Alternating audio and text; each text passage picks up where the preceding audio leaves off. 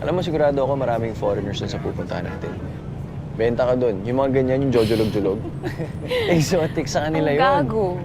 Seryoso. Lalapitan ka agad nila pag nakita ka nila. Ito mo. Ano bang problema mo? Kinakabahan lang ako. Kasi, paano pag nalaman to ni Ann? Lagot ako dun. Wala namang malalagot kung walang makakaalam. O, ganito na lang. Number 1 rule.